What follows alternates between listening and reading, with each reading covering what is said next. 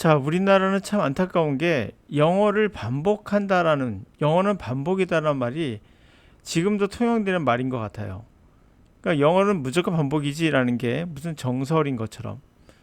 그래서 옛날에는 단어를 10번씩 또는 20번씩 반복해 쓰게 했던 그런 시대도 있었어요.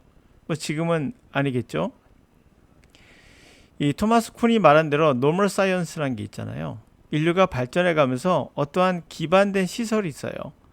이러한 패러다임 위에서 우리는 뭔가를 하게 되죠. 예를 들어서 수능의 모의고사를 본다 하더라도 이것의 기반은 뭡니까? 바로 수월성이에요. 수월성이란 건 수월하게 해석을 잘한다는 얘기거든요. 그 수월성을 토대로 해서 이러한 패러다임 위에 추가적으로 어법 문제가 나가거나 또는 순서 맞추기나 또는 빈칸 추론처럼 논리가 첨가되는 거예요. 그러니까 기본 바탕은 뭐죠? 수월성이에요. 근데 이거를 전혀 무시하고 이것만 강조하는 영어 강사들이 있다고 말씀드렸고 이들에게 속지 마라라고 했어요. 자, 이제는 수월성에 관한 얘기를 한번 가볼까요? 수월성이라는 것은 결국에 해석을 빠르게 잘할 수 있는 이런 거잖아요. 수월하게 한다는 거니까. 그럼 이런 과학의 패러다임의 전환을 가지고 한번 다뤄보도록 할게요. 그 영어는 어떻게 변해갔는가라는 거죠. 과학의 패러다임. 그게 첫 번째는 천동설이 대표적인 케이스라고 했죠. 천동설이라는 것은 눈에 보이는 대로 관찰한 거죠. 관찰한 대로 그대로 설명하는 게 천동설이에요. 지금은 관찰해 보니까 눈에 보이는 대로 본다는 것은 의미가 없다. 다시 말하면 visible. 보이는 것이 아니라 invisible. 보이지 않는 것을 찾는 게 바로 지동설인 거죠. 빅뱅 이론까지 들어갔죠. 지동설은 우리 눈에 보이지 않는 거예요. 그대로 보고 믿는 게 아니죠. 그 깊은 깊이 안에 들어가면 진실이 그 안에 숨어 있다는 거죠. 그러면서 지금은 지동설과 빅뱅까지 나간 상태죠. 과학의 패러다임이 바뀐 거예요. 물론 그 당시에 대략 1000년 전이라고 한다면은 지동설은 그 당시의 패러다임으로 맞아요. 이걸 기초로 모든 게 이루어졌죠. 자, 그때 나왔던 학습법이 뭡니까? 바로 여러분들이 알고 있는 거예요. 문법, 구문독해, 단어 암기, 반복 훈련입니다. 이것은 눈에 보이는 대로 하는 거예요. 다시 말하면 우리가 반복하면 수영이든 악기든 이런 거 연주하다 보면 어때요? 잘 되잖아요. 이것을 보고 보이는 대로 그대로 영어 학습해도 직관적으로 그렇게 될 것이라고 착각을 한 거죠. 착각입니다. 이것은. 지금의 과학으로서는 이것은 천동설이라 봐야 되는 거예요. 그래서 지금의 영어 학습은 이런 식으로 하지 않죠. 그러나 여러분들은 아직도 구문독해나 문법, 단어 암기로 천동설 영어 학습법을 하고 있는 거예요. 영어 학습은 기본적으로 가르칠 수 없다는 게 지금의 결론이에요. 가르치는 게 안 된다는 거죠. 자, 이런 문장이 있습니다. 이게 21번 문항인데요. 이 문장의 재밌는 거는 이 부분을 잘 보시겠습니까? Around the turn of the 20th century, 20세기입니다. 20세기. 지금 21세기죠. 100년 전 이야기예요. 20세기에는 한때 뭐가 유행했냐면 보는 것이 곧 정답이다. 보면 된다. 그래서 이게 관찰의 영역을 강조했던 적이 있어요. 관찰한다는 것은 눈에 보는 대로 그냥 세상을 받아들이는 거예요. 이런 게 아니라 좀 더 깊이 들어가서 보이지 않는 걸 찾는 거. 이게 21세기 과학인 거죠. 그래서 그 당시에 있었던 anthropologist, 인류학자죠. 아니, 인류학자가 왜 과학이 나오지? 보면 trained in natural science 나오죠. 자연과학의 훈련을 받은 인류학자가 왜 자연과학의 훈련을 받을까? 라고 생각할 것 같은데 그게 20세기부터 시작된 거예요. 자, 인류학자 또는 뭐 천문학, 우리가 말하는 철학자 이런 분들은 자연과학 하는 분하고 어떤 관계일까요? 자연과학자들은 인문학자나 인류학자가 말하는 어떤 논문 같은 거를 보지 않아요. 전혀 도움이 안 돼요. 그러나 이분들은 자연과학에서 나온 논문을 봐야 해요. 결국에 자연과학은 자연을 다루는 전체적인 걸 다루는 거기 때문에 여기에서 힌트를 얻어서 가는 거죠. 결국 우리가 앞으로 미래에 어떤 패러다임을 살아갈지를 보여주는 장면인데요. 바로 자연과학이 우리의 패러다임의 가장 중요한, 앞으로도 그럴 거라 보여집니다. 자, 그래서 엔트로폴로지스트가 20세기에는 어떻게 했는지를 보시면 여러분들이 왜 문법이나 구문 독해가 왜 옛날 건지를 그걸 알 수 있는 장면들이 좀 나옵니다.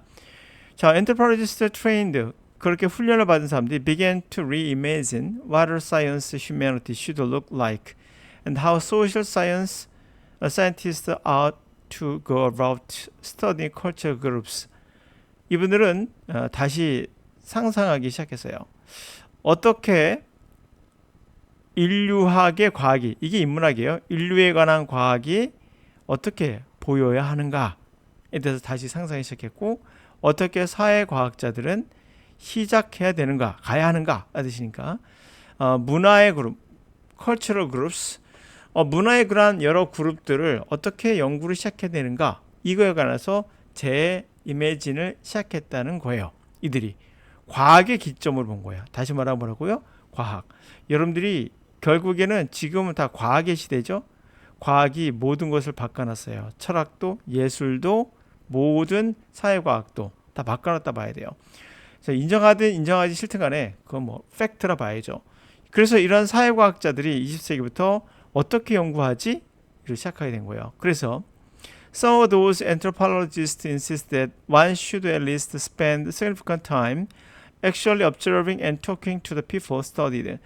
이 사람들의, 그러니까 이러한 인류학자들의 일부는 뭐라고 주장했냐면 at least 적어도 보내야 된다. 상당한 시간을 실제로 observe, 관찰하고 대화하면서 어떤 사람들, 연구 대상인 사람들에게 관찰도 하고 대화를 해야겠다. 이게 뭡니까? 바로 관찰이에요. 보는 대로 결론을 내릴 수도 있는 거죠. 자, 이런 게 바로 가장 무서운 오류를 범할 수 있습니다.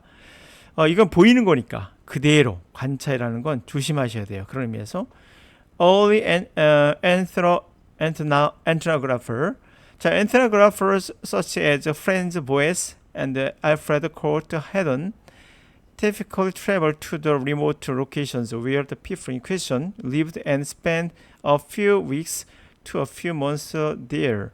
자, 초기에 anthropographer, 이것은 민족지학자로 나올 거예요. 여기요. 이게 뭐냐면 anthropology, 인류학자에 속하는 거예요. 속하는 거고, 그 중에서도 인류학 중에서도 인간의 어떤 전체를 다루는 인류학자 중에서도 고립된 지역의 사람들이 있죠. 아마존의 무슨 족, 이렇게 그런 사람들의 어떤 문화나 인종의 어떤 그런 것들을 다루는 게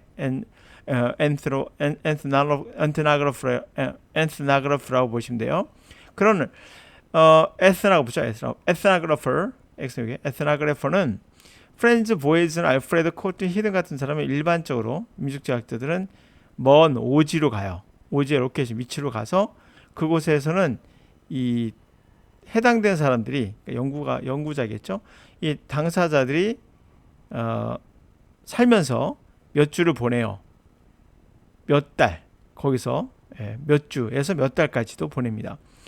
자, 그러면서 그들은 여기까지 보시면은 이게 어떤 문장을 보고 관찰하죠. 얘가 주어고 얘가 동사구나, 얘가 목적어구나, 이게 관찰이에요. 그대로 있는 그대로 서술한 거죠. 보이는 대로. 이게 관찰이에요. 이게 20세기에는 과학이라고 생각했어요. 그러나 21세기에는 이거는 과학이 아니다라고 보고 있죠. 그대로 갈게요. They sought out a local western host who was familiar with the people and area, such as colonial official, missionary, and businessman, were found accommodation through them. 그들은 뭐를 찾습니까? 그 로컬의 지역의 서방의 주인, 서방인인 그러한 집주인을 찾아요. 그 사람은 뭐에 익숙한 사람이에요? 그 민족과 그 지역이 익숙한 사람이겠죠. 이를테면 식민지 관료나 또는 선교사, 또는 비즈니스맨들. 그리고는 common accommodation, 숙소를 결국 찾는 거죠. 그들 통해 숙소를 찾아냅니다. So although they did at times venture into the community without a guide, they generally did not spend significant time with the local people. 비록 그들은 때때로 venture, 모험하듯이 그런 커뮤니티 모험에 나가요. 가이드 없이도 가긴 하지만 일반적으로는 상당한 significant time, 상당한 시간을 그 로컬 사람과 보내지 않아요. 따라서 Their observations were primarily conducted from their verandas. 그들의 관찰은 결국에 주로 행해진 게 그들의 베란다에서 행해진 거예요. 그게 뭐겠어요? 베란다에서. 그 안에 있는 서방인들이 있으니까 서방인들의 집은 베란다가 있을 거 아니에요. 베란다에서 서로 대화하면서 이 민족에 가는 것을 관찰을 결국 쓰겠죠. 그럼 이것이 다른 데 가면은 이게 진짜 그런 걸로 판단을 하겠죠. 물론 오염될 수밖에 없는 거죠. 이분들이 얘기하는 게 과학자는 아니잖아요. 거기에 있는 선교사가 과학자입니까? 아니면 관공서에 있는 사람이겠어요? 비즈니스맨이 아마 과학자겠습니까? 과학자가 아니죠. 개인의 경험을 이야기할 것이고 이 개인의 경험은 보는 대로 느끼는 대로 얘기를 할 겁니다. 이거는 과학이 아니죠. 그래서 여기 보고 있는 이 문법이라는 것도 결국 보이는 대로 그냥 그대로 분석한 것에 지나지 않아요. 그걸 통해서 영어를 배울 수는 없습니다. 자, 그래서 결국 정답은 물론 3번의 engage in real direct contact, 거의 직접적인 접촉은 하지 않겠죠. 그런 것에 관여하지 않고 하는 거. 스터디할 사람들에 대해서 관여를 전혀 하지 않는 거죠. 그러면 지금 보고 있는 문장에 보다시피 21세기, 22세기 이게 왜 중요한 걸까요? 토마스 쿤이 말한 그대로를 제가 말씀드리고 있는 건데요. 이런 겁니다. 예를 한번 들어보면 자 보세요. 이 토마스 쿤이 말했던 이 노멀 사이언스라는 건 뭐냐면 우리가 인류가 발전하는 데 있어 기틀이 있다고 했잖아요. 과거에 했던 거가 패러다임이 전향되면 이 기틀 위에서 또 쌓아가고 이러면서 발전해 가는 거거든요. 근데 우리가 예를 들어서 천동설에서 지동설 빅뱅까지 왔는데 다시 천동설로 돌아가면 어떻겠어요? 이건 역사의 퇴행이죠. 과학의 퇴행입니다.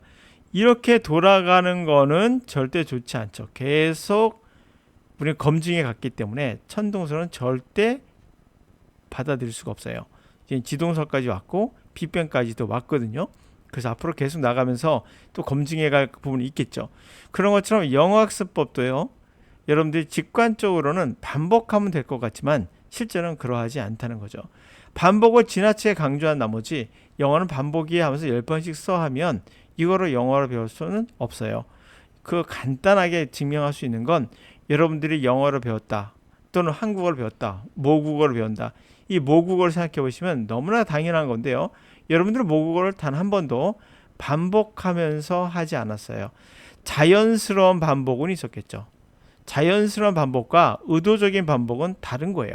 이거는 반복만 하는 거고 자연스럽게 들어오는 거는 그것을 받아들이는 내 자체가 다르게 받아들일 수밖에 없는 거죠.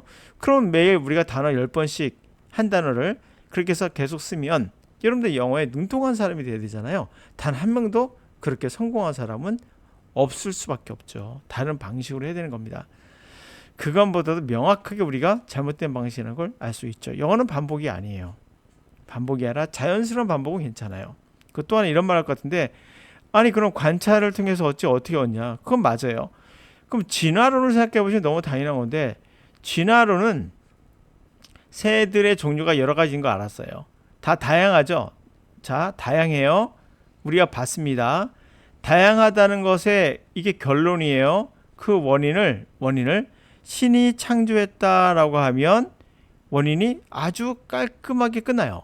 이 많은 것들을 다 신이 창조했다. 이거는 결과와 그 결과를 원인과 결과를 관찰만 한 거고 그냥 보는 대로 믿은 거예요. 그럼 끝나거든요, 여러분요. 근데 진화는 그게 아니라 보기에는 보이는 거죠. 보기에는 다양해 보이지만 실제는 하나다. 이거는 보이지 않는 세계죠. 그러므로 진화는 과학이 많은 거예요. 보이지 않는 것에 대한 통찰력, 그것을 우리가 가질 수 있는가? 영어도 마찬가지예요. 보이지 않는 통찰력을 가진 강사만이 영어를 강의해야 되는 거예요. 근데 보이는 거 그대로 알려주면 누가 못하겠습니까? 그래서 수능을 강의하는 강사들은 사실 여러분들에게 도움이 별로 안 돼요.